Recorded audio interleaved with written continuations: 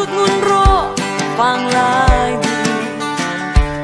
avun lai ni renga tôi loa e chum rei lo langaral le ang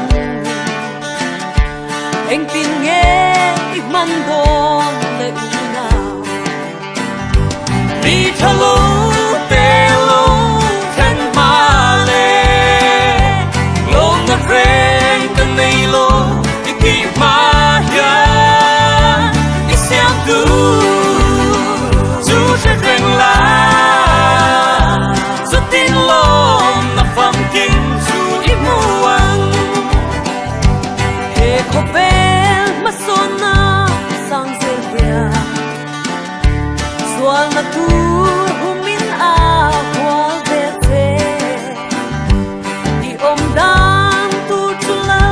pa he na la la la pan na shil bia ang se ni thalo te lo khan ma le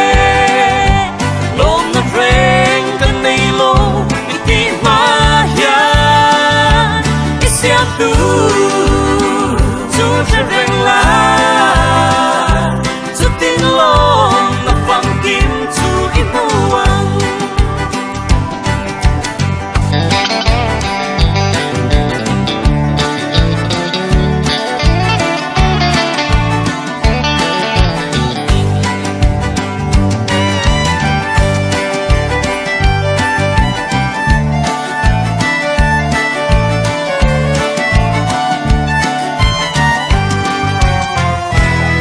vang lai đi chuai mang e ya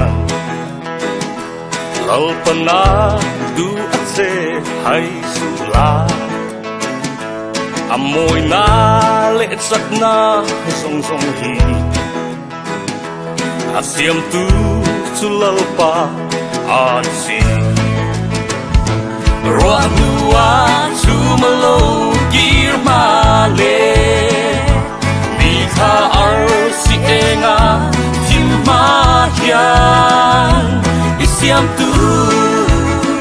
chu reng la